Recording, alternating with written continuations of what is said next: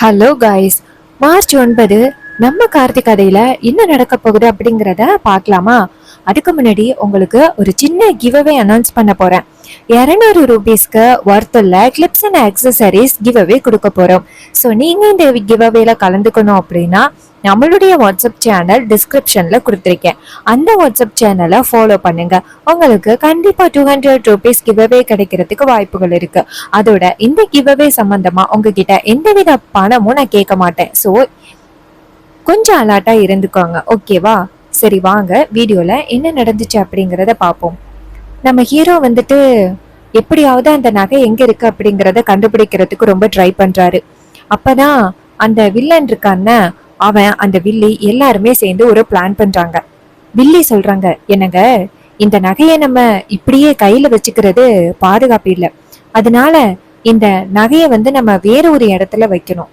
அதுக்கு வில்லன் கேக்குறாரு, எந்த இடத்துல வைக்கலாம் அப்படின்னு நீ சொல்ற? அதுக்கு வில்லி சொல்றாங்க, என்னங்க, இருக்கவே இருக்கு, அந்த அபிராமியோட அந்த நினைவு இடம், அந்த இடத்துல கொண்டு போய் இந்த நகையை புதைச்சி வச்சுட்டோம் அப்படின்னு வச்சுக்கிடுங்களேன், நம்ம மேல யாரும் சந்தேகப்பட மாட்டாங்க. அந்த டிரைவர் பையதான் கொண்டு போய் அங்க மறைச்சு புதைச்சி வச்சிருக்கான் அப்படின்னு எல்லாரும் நினைப்பாங்க. என்ன சொல்றீங்க? இதை கேட்டதும் அவரு சொல்றாரு, இங்க பாரு சந்திரா, 200 பவுன் நகை யாருக்குமே கிடைக்காது, நமக்கு கிடைச்சிருக்கு, அதை கொண்டு போய் அங்க புதைச்சு வைக்கணும் அப்படின்னு சொல்றியா? அதுக்கு வில்லி சொல்றாங்க, இங்க பாருங்க, இந்த நகையை நம்ம எந்த அளவுக்கு கையில வச்சிருக்கிறோமோ அதே அளவுக்கு நமக்கு ஆபத்து. சோ இந்த நகையை நம்ம கையில வச்சுக்கவே கூடாது. இத உடனேயே நம்ம வேற இடத்துல மாத்துறது தான் நல்லது. நீங்க வச்சிருந்தீங்க, அந்த டிரைவர் பைய கண்டிப்பா உண்மையை கண்டுபிடிச்சு நம்மளை கொண்டு போய் அதிகாரிங்க கிட்ட ஒப்படைச்சிருவான். அதுக்கப்புறம் நமக்கு அவமானம் மட்டும்தான் மிச்சமா இருக்கும். பேராசைப்பட்டு பெருநஷ்டம் அடைஞ்சிடாதீங்க. இதை கேட்டதும் சிவனாண்டி சொல்றாரு, ஆமா சந்திரா, நீ சொல்றது சரிதான். சந்திரா சொல்றாங்க, இங்க பாருங்க, இந்த பணம் நகை எல்லாத்தையும் நம்ம நாளைக்கு சம்பாதிச்சுக்கலாம். ஆனா இப்போதைக்கு அந்த டிரைவர் பயல எப்படியாவது அவமானப்படுத்தணும். அந்த டிரைவர் பையில வீட்டை விட்டு துரத்தணும். அக்காவுக்கும் அவனுக்கும் இன்னும் பெரிய பிரச்சனையை உண்டாக்கணும். அதுதான் எனக்கு வேணும். அதுக்காக நான் எந்த எல்லைக்கு வேணாலும் போவேன். அதனால நீங்க கொஞ்சம் பொறுமையா நான் சொல்றதை கேளுங்க. இதை கேட்டதும் அவரு சொல்றாரு, சரி சந்திரா, நீ சொல்றது சரிதான். பணம் நகை கூட நாளைக்கு சம்பாதிச்சுக்கலாம். ஆனா அந்த டிரைவர் பையில பழி வாங்குறது தான் நமக்கு முக்கியம். சரி, நீ சொன்ன மாதிரியே நான் கொண்டு போய் புதைக்கிறேன். வில்லி சொல்றாங்க, இங்க பாருங்க, நீங்க போனீங்க அப்படின்னா கண்டிப்பா நீங்க மாட்டிக்கிறதுக்கு நிறைய வாய்ப்புகள் இருக்கு. நீங்க போக வேணாம், வேற யாரையாவது அனுப்பி இதை கொண்டு போய் புதைக்க சொல்லுங்க. வில்லன் சொல்றாரு, வேற யாராவது அனுப்பி அவன் அந்த நகை எடுத்துட்டு போயிட்டா என்ன பண்றது? வில்லி சொல்றாங்க, இங்க பாருங்க, இந்த ஊருக்காரன் ஒருத்தர்கிட்ட தான் அந்த நகையை கொடுக்க போறோம். நான் அவனுக்கு போன் பண்ணிட்டு இன்னும் கொஞ்ச நேரத்துல வந்துருவான். அவன் கிட்ட அந்த நகையை கொடுத்து கொண்டு போய் அதை புதைக்க வைக்கணும். அதை புதைச்சிட்டா அதுக்கப்புறம் நம்ம சுலபமா வந்துட்டு அந்த டிரைவர் பையன் மேல பழி போட்டாரலாம். இதை கேட்டதும் சிவனாண்டியும் சூப்பர் அப்படின்னு சொல்றாரு. அதுக்கப்புறமா அந்த இடத்துக்கு ஒரு ஆள் வராரு. அவர் வந்ததும் வில்லி நேரா அவரை பார்த்து, இங்க பாருங்க, கரெக்டா இந்த பையில எல்லா நகையும் இருக்கு. இந்த நகையை கொண்டு போய் அந்த அபிராமியோட சமாதி இருக்குல்ல, அந்த சமாதிக்கு கீழே புதைச்சு வச்சிருங்க. உடனே அவர் சொல்றாரு, சரிங்க மேடம், நான் புதைச்சு வச்சிடறேன், நீங்க கவலைப்படாதீங்க. வில்லி சொல்றாங்க, இங்க பாரு, இந்த விஷயத்த பத்தி யாருக்கும் தெரியக்கூடாது. ஒருவேளை தெரிஞ்சிச்சு உன்னை சும்மா விட மாட்டோம். உனக்கு எவ்வளவு பணம் வேணுமோ எல்லாத்தையுமே நாங்க கொடுத்துக்கிட்டு இருக்கோம்.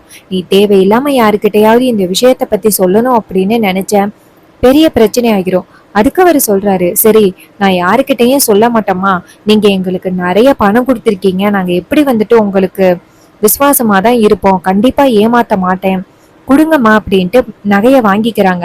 வில்லன் சொல்றாரு, இங்க பாரு, இதெல்லாம் எதையாவது எடுத்துக்கிட்டு போகணும் அப்படின்னு நினைச்சேன், அவ்வளவுதான்.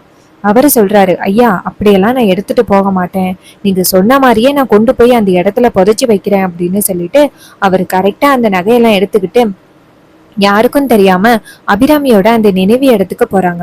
அங்க போயிட்டு பெரிய பள்ளமா தோண்டுறாரு. தோண்டிட்டு 2 பையையும் பாக்குறாரு. பார்த்துட்டு, நம்ம வீட்டுல நிறைய கஷ்டம் இருக்கு, இவங்க கொடுக்குற பணத்தை வச்சு கடனை மட்டும்தான் கட்ட முடியும், நமக்குன்னு கொஞ்சம் பணம் வேணுமே.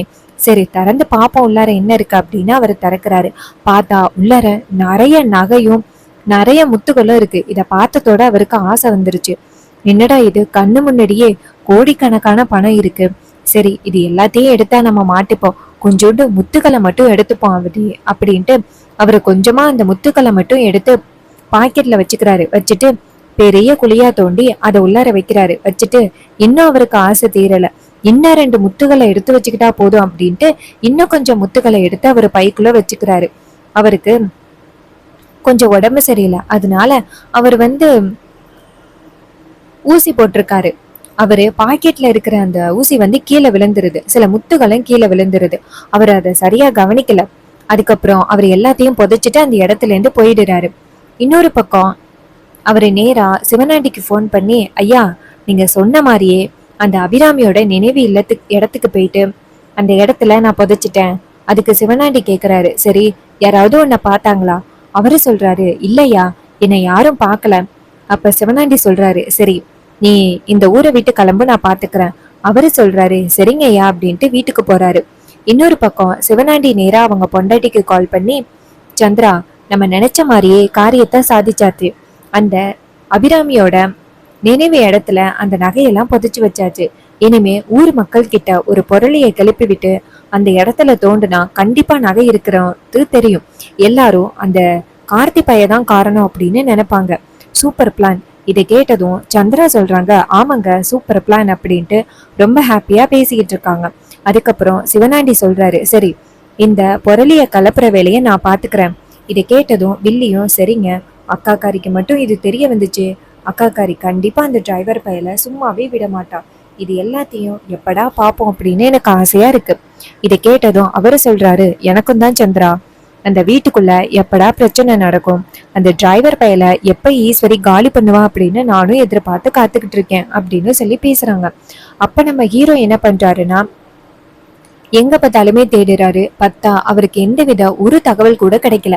அப்ப நம்ம ஹீரோ நேரா அவங்க அம்மாவோட போட்டோ கிட்ட நினைவு இல்லத்துக்கு அம்மா என்னம்மா இப்படி நடக்குது, என் மேல எந்த தப்புமே இல்லை. ரேவதி இப்ப ஜெயில இருக்கிறா, அவ மேல எந்த தப்புமே இல்லை. 200 பவுன் நகையை அந்த சந்திரா சுலபமா எடுத்துக்கிட்டு எதுவுமே தெரியாத மாதிரி நடிச்சுக்கிட்டு இருக்காங்க. நான் இப்ப எப்படிமா உண்மையை கண்டுபிடிக்கிறது அப்படின்னு சொல்லிட்டு அவரு ரொம்பவே சோகமா உட்காந்து பேசிக்கிட்டு இருக்காரு. அப்போ பக்கத்துல ஏதோ குழி தோண்டி இருக்கிற மாதிரி தெரியுது. அப்ப நம்ம ஹீரோவுக்கு சந்தேகம் வருது. இந்த இடத்துல என்னமோ ஒரு மாதிரி குழி தோண்டி இருக்க மாதிரி தெரியுதே, இந்த இடத்துல யார் இந்த நேரத்துல குழி தோண்டி இருப்பா அப்படின்னு நம்ம ஹீரோ அப்படியே எதேச்சியா போய் பாக்குறாரு. பார்த்தா அந்த இடத்துல சில முத்துகள் கிடக்குது, ஒரு ஊசியும் கிடக்குது. அதை பார்த்ததும் ஹீரோ அதை எடுக்கிறாரு. எடுத்துட்டு கண்டிப்பா இது ஏதோ ஒரு காரணமா இருக்கும் அப்படின்னு நம்ம ஹீரோ அதையெல்லாம் எடுத்துக்கிட்டு நேரா மெடிக்கல் போறாரு. அங்க போயிட்டு அவங்க கிட்ட இது என்ன அப்படின்னு கேட்க அவங்க சொல்றாங்க, சார் இது உடம்பு சரியில்லைன்னா பயன்படுத்திக்கிறது சார். இதை கேட்டதும் ஹீரோ சொல்றாரு, சரி ஓகே அப்படின்ட்டு அதை எடுத்துட்டு கண்டிப்பா யாரோ ஒருத்தவங்களுக்கு சுகர் இருந்திருக்கு, அவங்கதான் இதை பயன்படுத்தியிருக்காங்க, யாரு அப்படிங்கிறத கண்டுபிடிக்கணும் அப்படின்னு நம்ம ஹீரோ நினைக்கிறாரு. அப்போ நம்ம ஹீரோ நேரா மயிலுக்கு ஃபோன் பண்ணி வர சொல்ல மயில் அந்த இடத்துக்கு வராரு. அப்ப ஹீரோ சொல்றாரு, இந்த ஊருக்குள்ள அதிகமா சுகர் இருக்கிறது யாரு? அப்ப மயிலு சொல்றாரு, சகல அதை எப்படி சகல சீக்கிரமா கண்டுபிடிக்க முடியும்? அப்ப ஹீரோ சொல்றாரு, பக்கத்துல இருக்கிற கவர்மெண்ட் ஹாஸ்பிட்டல்ல கேட்டா நமக்கு தெரியும், வாங்க அப்படின்ட்டு போய் கேக்குறாங்க. அங்க ஒரு சில பேரோட பேர் கொடுக்குறாங்க.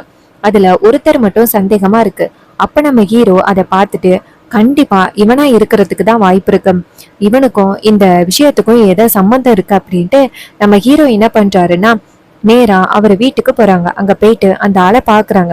அவரு செம ஜாலியா வீடு ஃபுல்லா நிறைய பொருட்களை மாத்தி வச்சுக்கிட்டு இருக்காரு. அப்ப ஹீரோ நேரா அவரை பார்த்து, என்ன ரொம்ப ஹாப்பியா இருக்கீங்க போல அப்படின்னு அவரு சொல்றாரு, சார் எதுக்கு சார் எங்க வீட்டுக்கு வந்திருக்கீங்க? அப்ப ஹீரோ சொல்றாரு, நகை காணாம போனுச்சு அப்படின்னா உங்க வீட்டுக்கு தானே வரணும். இதை கேட்டதும் அவரு கேக்குறாரு, என்னது நகை காணாம போனுச்சுன்னா அதுக்கு நான் காரணமா? எங்க பாருங்க, நான் நகையை எடுக்கல, முத்துகளும் எடுக்கல. அப்ப மயில சொல்றாரு, நாங்க நகைன்னு மட்டும்தான் சொன்னோம், முத்துகள் அப்படின்னு ஆனா நீ முத்துகள் அப்படின்னு சொல்ற, கண்டிப்பா இதுக்கும் உனக்கும் ஏதோ சம்பந்தம் இருக்கு அப்படின்னு தோணுது. இங்க பாரு, மரியாதையா சொல்லு எங்க வச்சிருக்க அப்படின்னு அவரு சொல்றாரு. இங்க பாருங்க, நான் அப்படியெல்லாம் எதுவும் எடுக்கவே இல்லை அப்படின்ட்டு. அதுக்கு ஹீரோ சொல்றாரு, நீ சொல்லிட்ட அப்படின்னா உனக்கு எந்தவித பிரச்சனையும் இல்லை, ஒருவேளை நீ சொல்லல அப்படின்னா உனக்கு ரொம்ப பெரிய ப்ராப்ளம் ஆகிரும், இதனால நீ பெரிய பிரச்சனைகளை சந்திக்கிறதுக்கு வாய்ப்புகள் இருக்கு. இதையெல்லாம் சொன்னதும் அவருக்கு பயம் அதிகரிச்சிருது. என்னடா இது இவர் இப்படி சொல்றாரே அப்படின்ட்டு. அப்ப மயிலு சொல்றாரு, இங்க பாரு, சகலைய பத்தி உனக்கு நல்லாவே தெரியும், இவரு பெரிய கோடீஸ்வரர். ஒருத்தருக்கு ஒரு பிரச்சனை வந்துச்சு அப்படின்னா அவர் பிரச்சனையை கொடுத்தாரு அப்படின்னா கண்டிப்பா சும்மா இருக்க மாட்டாரு. இப்ப நீ சொல்ல போறியா இல்லையா அப்படின்னு அவரு டக்குன்னு நம்ம ஹீரோவோட காலில் விழுந்து, சார் சார் அந்த சிவனாண்டி தான் சார் இப்படி என்னை செய்ய சொன்னான். பை நிறையா நகையை கொண்டாந்து கொடுத்து உங்க இடத்துல கொண்டாந்து புதைக்க சொன்னான். அதனாலதான் நான் கொண்டாந்து புதைச்சேன். இதை கேட்டதும் ஹீரோ சொல்றாரு, என்ன தைரியம் இருந்தா அப்படி பண்ணிருப்பீங்க அப்படின்னு அதிகாரிகளையும் வர சொல்றாங்க. அதிகாரிங்க அந்த இடத்துக்கு வந்ததோட அந்த ஆளு வந்துட்டு சொல்றாரு, சார் சார் என்னை மன்னிச்சிருங்க சார், அந்த சிவனாண்டி இப்படி சொன்னதுனாலதான் நான் செஞ்சேன். அப்ப ஹீரோ சொல்றாரு, சரி வா, கரெக்டா எந்த இடத்துல நீ நகையை புதைச்சிருக்கியோ அந்த இடத்த காமி அப்படின்ட்டு அதிகாரிகளோட நேரா அபிராமியோட நினைவு இடத்துக்கு போறாங்க. அங்க போயிட்டு கரெக்டா எந்த இடத்துல புதைச்சிருந்தாங்களோ அந்த இடத்த தோன்றாங்க. பார்த்தா அந்த இடத்துல 2 பையில நகைகள் இருக்கு. அப்ப அவரு சொல்றாரு, சார் அந்த சிவனாண்டி தான் சார் இதை கொடுத்து புதைக்க சொன்னான். அப்ப ஹீரோ சொல்றாரு, சரி உனக்கு நல்லா ஞாபகம் இருக்கா? அவரை சொல்றாரு, ஆமா சார், அவன் தான் சார் இப்படி பண்ண சொன்னான். எனக்கும் இதுக்கும் எந்த வித சம்பந்தமும் இல்லை, என்னை விட்டுருங்க சார், ஏதோ பணத்துக்கு ஆசைப்பட்டு நான் இப்படி பண்ணிட்டேன். இதை கேட்டதும் ஹீரோ அதிகாரிகளை பார்த்து, பாத்தீங்களா சார், இதுக்கும் எனக்கும் எந்த வித சம்பந்தமும் இல்லை. என் குடும்பம் நிரபராதி. 200 பவுன் நகையா பாதுகாப்பா நாங்க வீட்டுல வச்சிருந்தோம். ஆனா இப்படியும் அவன் எடுத்துட்டு வந்துட்டு அத்தை மேல பழி போடுறதுக்காக இப்படி ஒரு காரியத்தை பண்ணியிருக்கான். நீங்க நம்புங்க அப்படின்னு சொன்னதும் அதிகாரிங்க சொல்றாங்க, ஆமா சார், இப்போ புரியுது என்ன நடந்துச்சு அப்படின்னு. ஏற்கனவே அந்த சிவனாண்டி உங்ககிட்ட நிறைய பிரச்சனைகளை பண்ணிக்கிட்டு இருந்தான். ஸோ இப்பயும் அதே மாதிரிதான் உங்களுக்கு அடுத்தடுத்த பிரச்சனைகளை கொடுத்துக்கிட்டே இருக்கான். அதுக்கு ஹீரோ சொல்றாரு, சரி இப்ப நீங்க என்ன முடிவு பண்ண போறீங்க? என் வைஃப் எந்த வித தப்பும் பண்ணல, ஆனா அவளை கொண்டு போய் நீங்க பிடிச்சு வச்சிருக்கீங்க, அவங்கள ரிலீஸ் பண்ணுங்க. அதிகாரிங்க சொல்றாங்க, சரிங்க சார், அதான் எங்க கைக்கு நகைகள் வந்துடுச்சு. ஸோ இதுக்கப்புறமும் நாங்க எப்படி வந்துட்டு அவங்கள பிடிச்சு வச்சிருப்போம், அதற்கு வாய்ப்பே இல்லை அப்படின்னு சொல்லிட்டு அவரை பிடிச்சிட்டு போறாங்க. அப்ப ஹீரோ சொல்றாரு, சார் இன்னொரு ஒரு ஆதாரம் இருக்கு, நான் தான் இப்படி ஒரு வேலையை பண்ணேன் அப்படின்னு ஒருத்தன் இது மாதிரி சாட்சி சொன்னான்ல, அவனையே நான் அழைச்சிட்டு வரேன், அவன் கண்டிப்பா உண்மையை சொல்லித்தான் ஆகணும். இதை கேட்டதும் அதிகாரிகளும் சரிங்க சார் அப்படின்னு சொல்ல நம்ம ஹீரோ வந்துட்டு நேரா அந்த பையனோட வீட்டுக்கு போறாங்க. அங்க போயிட்டு நேரா அந்த பையனை பாக்குறாங்க. அப்போ அவரு சொல்றாரு, சார் என்ன சார் வேணும் உங்களுக்கு? அப்ப ஹீரோ சொல்றாரு, இங்க பாரு, நீதானே என் மேல அவ்வளவு பெரிய பழி போட்டது, எனக்கும் இதுக்கும் எந்த வித சம்மந்தமும் இல்லை, ஆனா என் மேல அவ்வளவு பெரிய பழி போட்டியல்ல, உன்னை அதிகாரிங்க கிட்ட பிடிச்சு கொடுத்துருக்கிறதுக்காக தான் வந்திருக்கேன். இதை கேட்டதும் அவரு ஷாக் ஆகுறாரு. சார் சார் எனக்கும் இதுக்கும் சம்மந்தம் இல்லை சார், அந்த சிவனாண்டி சொன்னதுனாலதான் சார் செஞ்சேன். இதை கேட்டதும் ஹீரோ சொல்றாரு, இது அப்படியே அதிகாரிங்க கிட்ட வந்து சொல்லு, அப்பதான் அவங்க நம்புவாங்க.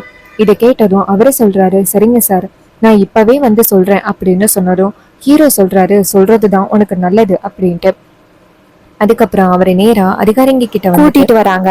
அங்க வந்ததும் அவரு எல்லாரையும் பாக்குறாரு. பார்த்ததோட ஹீரோ சொல்றாரு, இவ்வளவு நேரம் என்ன சொல்லிக்கிட்டு இருந்த சொல்லு அப்படின்னு சொன்னதும் எல்லாரையும் பார்த்து, சரி என்னை மன்னிச்சிருங்க, அந்த சிவனாண்டி என்னை மிரட்டினதுனாலதான் நான் அப்படி வந்து சொன்னேன், என்னை மன்னிச்சிருங்க சார், அந்த 200 பவுன் நகையை எடுத்ததே சிவனாண்டி தான், இது மாதிரி கார்த்திக் சார் எடுத்தாரு அப்படின்னு சும்மா பழி போட சொன்னாங்க, அவங்க சொல்றாங்களே அப்படின்னு வேற வழி இல்லாம நானும் பழி போட்டுட்டேன், என்ன மன்னிச்சிருங்க சார் அப்படின்னு சொல்ல. அப்போ ஹீரோ நேரா அதிகாரிங்களை பார்த்து, பாத்தீங்களா சார், இதுக்கும் எங்க குடும்பத்துக்கும் எந்த வித சம்மந்தமும் இல்ல, தப்பு பண்ணவங்களுக்கு தண்டனை கொடுங்க அப்படின்னு சொன்னதும் அதிகாரிங்க நம்ம ஹீரோயினை ரிலீஸ் பண்றாங்க. அப்போ நம்ம ஹீரோ வந்துட்டு நேரா ரேவதியை பார்த்து, கவலைப்படாத, இதுக்கப்புறம் நம்ம குடும்பத்து மேல யாரும் எந்த வகையிலையும் பழி சொல்ல முடியாது அப்படின்னு. அப்ப ஹீரோயின் சொல்றாங்க, இப்பதான் எனக்கு நிம்மதியா இருக்கு, நம்ம இன்னும் அடுத்தடுத்து எவ்வளவு பிரச்சனைகளை சந்திக்க போறோம் அப்படின்னு தெரியல அப்படின்னு நம்ம ஹீரோயின் வருத்தப்பட. அப்ப ஹீரோ சொல்றாரு, இதுக்கப்புறம் நம்ம வந்து எந்த பிரச்சனைக்காகவும் பயப்படணும் அப்படின்னு அவசியம் இல்லை, நீ தைரியமா இரு அப்படின்னு ஹீரோ ரொம்ப தைரியம் சொல்றாரு. சோ இந்த கதை உங்களுக்கு பிடிச்சிருக்கா? இந்த கதை பிடிச்சிருந்துச்சுன்னா இந்த வீடியோவுக்கு மறக்காம லைக் பண்ணிக்கோங்க. நீங்க லைக் பண்றதுதான் எங்களுக்கு அடுத்து வீடியோ போடுறதுக்கு ரொம்பவே இன்ட்ரெஸ்டிங்கா இருக்கும். சோ நம்ம புதுசா hair clips and accessories business start பண்ணிருக்கோம் அப்படின்னு உங்க எல்லாருக்குமே தெரியும். இப்போ ட்ரெண்டிங்ல இருக்கிற நிறைய கிளிப்ஸ் வந்து நம்ம கிட்ட அவைலபிளா இருக்கு. அந்த வாட்ஸ்அப் சேனலோட லிங்க் வந்து டிஸ்கிரிப்ஷன்ல கொடுத்துருக்கேன். அங்க வந்துட்டு நம்பர் கூட இருக்கு, அதுல நீங்க ஆர்டரை வந்து பிளேஸ் பண்ணலாம். ஸோ இதே மாதிரி இனிமே நிறைய அப்டேட்ஸோட நம்ம உங்களை வந்து சந்திக்கிறோம். தேங்க்யூ ஃபார் வாட்சிங். நெக்ஸ்ட் வீடியோல பார்ப்போம்.